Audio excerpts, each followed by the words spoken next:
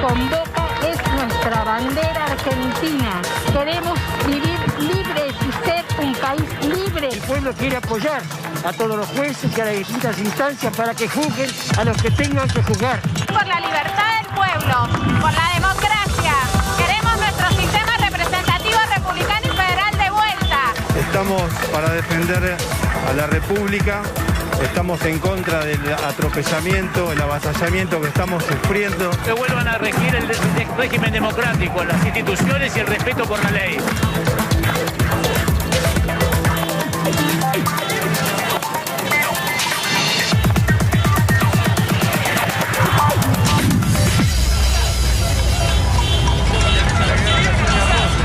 Muy bien. Fue muchísima la cantidad de gente que hubo, y no solamente en la capital federal. Hubo en Rosario, hubo en Santa Fe, hubo en Córdoba, hubo en La Plata, hubo en Tucumán, hubo en todo el país. Y quiero, en este comentario editorial, ir a las raíces de lo que está generando esta reacción de una parte importante del pueblo. Porque lo primero que quiero marcar es esto, ante las reacciones que se generan desde el gobierno. Quienes manifiestan son parte del pueblo. Son tan legítimos como quien pudiera manifestar contra el gobierno de Macri cuando manifestaba. Son todos partes del pueblo. Y este es un punto muy importante para destacar y sobre todo para señalarle al poder. Porque el poder tiene una actitud no crítica de quienes manifiestan. ¿Qué significa no crítica? Puede decir, no estamos de acuerdo, no están de acuerdo con nosotros, pensamos distinto. Eso es válido. Eso es la democracia. Pero el poder no tiene esta actitud. Cuando digo el poder, digo el gobierno de Alberto Fernández. Ustedes recordarán que hace unos días, ante la última manifestación, el presidente, en lo que yo califiqué como una barrabasada, dijo, cuando termine la pandemia vamos a manifestar la gente de bien. Lo cual es un concepto profundamente, al margen de ser una barrabasada, profundamente antidemocrático. Porque decir eso significa calificar al otro como el mal. Y con el mal no hay ninguna posibilidad de discusión. Y de ninguna manera quienes piensan distinto pueden representar el mal. Siempre digo que hubiera sido, que hubieran dicho quienes son hoy oficialistas, si ante las muchas y muchas justas que hubo, manifestaciones contra el gobierno de Macri, Macri hubiera dicho ese es el mal. Entonces lo primero que quiero marcar es esto. Quienes se manifiestan son parte del pueblo argentino. Y es tan legítima su acción como la de cualquier otro. En tanto y en cuanto lo hagan con apego a las normas, cosa que aquí ocurrió. Este es el primer punto. El segundo punto tiene que ver con escuchar lo que era parte del reclamo. Y a mí me llamó la atención que en el medio de una semana económica muy mala, muy tomada por este tema del supercepo, del cual voy a hacer después una reflexión, el tema tenía que ver con un hecho clave desde un punto de vista republicano.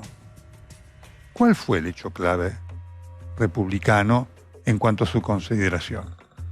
El desplazamiento de los jueces Bruglia, Bertuzzi y Castelli, que tienen, entre otras cosas, a su cargo la escandalosa causa de los cuadernos de Oscar Centeno, que fue la investigación periodística de Diego Cabot más importante en cuanto a que desnudó toda la trama de corrupción que se montó durante el kirchnerato.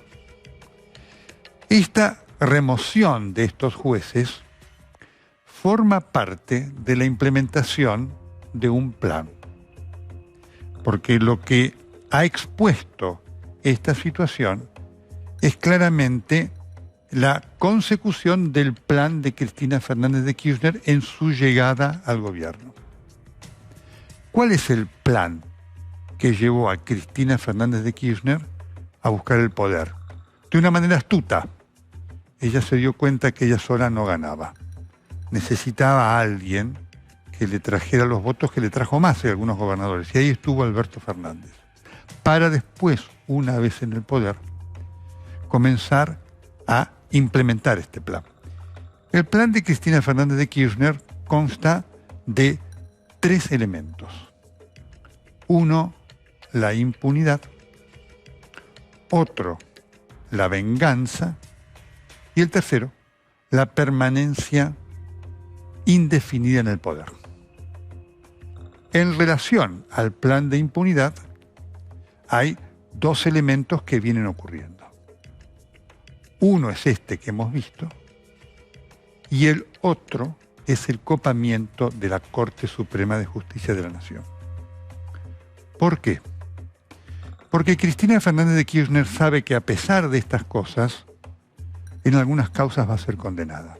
Es irremediable, porque las evidencias son tan contundentes que no hay juez que pueda evitarlas. Va a ser muy difícil para los que lo reemplacen a Bruglia, a Bertuzzi y a Castelli ignorar el cúmulo de pruebas que hay en esa causa, como va a ser muy difícil para otros jueces. Cristina sabe que en alguna de las 11 causas que tiene va a ser condenada. Por lo tanto, no le alcanza para esto ni con la remoción de estos jueces ni con la reforma judicial. ¿Qué necesita para eso? Necesita el copamiento de la Corte Suprema de Justicia de la Nación, que para eso está trabajando la Comisión Beraldi. ¿Qué es el copamiento de la Corte Suprema? Es aumentar el número de miembros de la Corte, como lo hizo Carlos Menem con el mismo objetivo, es decir, tapar la corrupción, para nombrar allí jueces afines. Así que desde el punto de vista de la impunidad, esas son las maniobras, son los pasos que va dando Cristina Fernández de Kirchner. Y como usted ve, los va dando aceleradamente, porque ella sabe que va a haber alguna condena para ella ocurriendo en el futuro no tan lejano. El segundo punto de Cristina Fernández de Kirchner tiene que ver con la venganza. La venganza, obviamente, busca ver cómo destruye a sus oponentes. ¿Cuál es el oponente más importante que ahora tiene? Perdón, para Cristina no son oponentes, son enemigos. Y esa es una categoría incompatible con el concepto de convivencia democrática. El objetivo de Cristina Fernández de Kirchner hoy, más allá de Macri, es Horacio Rodríguez Larreta. ¿Por qué? Porque Horacio Rodríguez Larreta tiene una posición de poder importante. Las encuestas dicen que su figura ha crecido a partir del manejo de la cuarentena, más allá de cosas discutibles que en algún momento con él, insisto, discutimos, y que este crecimiento, por supuesto, lo pone como un candidato de muy buena chance al día de hoy para las elecciones. Por lo tanto, Cristina Fernández de Kirchner necesita destruirlo a Horacio Rodríguez Larreta. ¿Cómo va a hacerlo? Ahí está la quita de fondos, que fue algo que Cristina Fernández de Kirchner anunció ya el mismo día que estuvo en el acto del intendente, de asunción del intendente de La Matanza, Fernando Espinosa. Alberto Fernández va cumpliendo esto con lo que ha sido la quita de fondos de la capital. Y quiero decir esto, el tema de la discusión de la coparticipación federal es un tema de efectiva discusión. El año pasado María Eugenia Vidal había presentado ante la Corte un reclamo por parte de la provincia. Así que este es un tema que hay que discutirlo. Sin duda, hay que discutirlo. No implementarlo manu militares, son cosas distintas. Una cosa hubiera sido que tras una discusión, es decir, un intercambio de propuestas y demás, se hubiera llegado a un acuerdo para decirle, bueno, a Rodríguez Larreta, mira, el año que viene, con el nuevo presupuesto, tendrás tanto menos. Eso le permite al gobernante, permite algún acuerdo, vamos a ver cómo buscamos alguna compensación. Eso genera proyección de gestión. Otra cosa es lo que se hizo ahora. ahora Manu Militari, se le dijo, estos fondos no son tuyos. Y, por supuesto, hay un daño a la gestión, claro, en cosas muy concretas, que tiene que ver con la policía, la contratación del personal policial, los sueldos del policía, y si se concreta esta quita aún mayor de fondos, habrá problemas con, por ejemplo, el equipamiento de salud, el pago del personal de salud. Tiene un efecto no solamente político, sino un efecto concreto. Y esto es producto de lo que busca Cristina Fernández de Kirchner. El segundo plan, la venganza. Y el tercer elemento es la permanencia política constante, perdón por la redundancia. ¿Cómo lo instrumenta ella? ¿Quiénes son sus peones? Axel Kicillof y Máximo Kirchner. Por eso están los fondos a la provincia de Buenos Aires, cosa que ha generado en forma bastante subterránea, porque claro, son gobernadores del peronismo, la bronca de muchos gobernadores del peronismo, que dicen, ¿y por qué a él sí y a nosotros no? Así que estamos en la implementación de este plan, que genera, en relación al gobierno de Alberto Fernández, primero una gran decepción por parte de muchos de los que los votaron, como también por muchos que no lo votaron y dijeron, bueno, al fin vendrá alguien que nos saque de la polarización Cristina-Macri.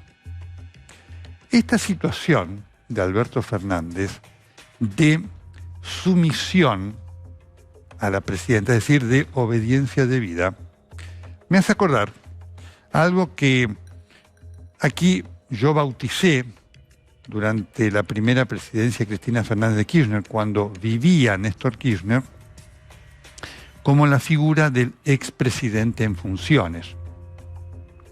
Es decir, durante la vida de Néstor Kirchner, mientras Kirchner estaba vivo, Cristina obedecía lo que Néstor Kirchner determinaba. En la 125 fue creación de Cristina y tantas otras cosas. Por eso hablábamos nosotros de la figura del expresidente en funciones, quien determinaba la estrategia y el rumbo de aquel gobierno era Néstor Kirchner. Y Cristina ejecutaba, con alguna cosa, menor, que ella decía. Uno de los testigos de eso, y que lo contaba una vez que dejó el poder, fue Alberto Fernández.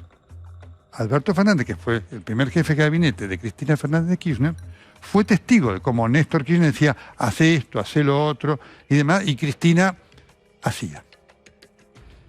Esa situación se está reproduciendo a la perfección ahora. Es decir, en los aspectos esenciales que tienen que ver con la estrategia del gobierno, quien manda es Cristina. Así que tenemos una expresidenta en funciones. Quien obedece es Alberto Fernández. Y lo vemos en muchas cosas, porque por supuesto que estas opiniones a mí me gusta y es lo que corresponde cuando uno es periodista, basarla en hechos. Doy algunos ejemplos. Vicentín, ese hecho que planeó Cristina Fernández de Kirchner y del cual Alberto Fernández apareció como casi un convidado de piedra. Junto con eso, la liberación de presos de la cárcel de Devoto, algo que llevó adelante el secretario de Derechos Humanos, cosa que respondía a un plan de impunidad que, digamos, claramente sostiene Cristina. Así que esta es la realidad que hoy vivimos, con dos elementos más que doy para cerrar. Primero, hay un gobierno, como consecuencia de esto, de mala gestión. ¿Por qué? Porque los ministros son de Alberto Fernández, los secretarios, los ministerios están loteados, son de Cristina.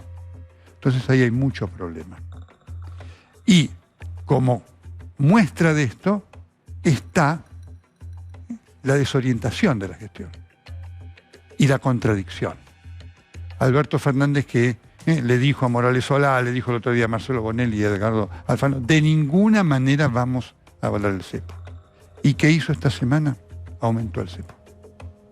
Es también un elemento de kirchnerización de Alberto Fernández. ¿Por qué? Porque la contradicción que encierra en su núcleo, la mentira, es la esencia del kirchnerismo. Pero no porque lo diga yo, ni ningún opositor circunstancial, ni nada por el estilo, sino porque lo dicen los hechos, que como siempre son sagrados.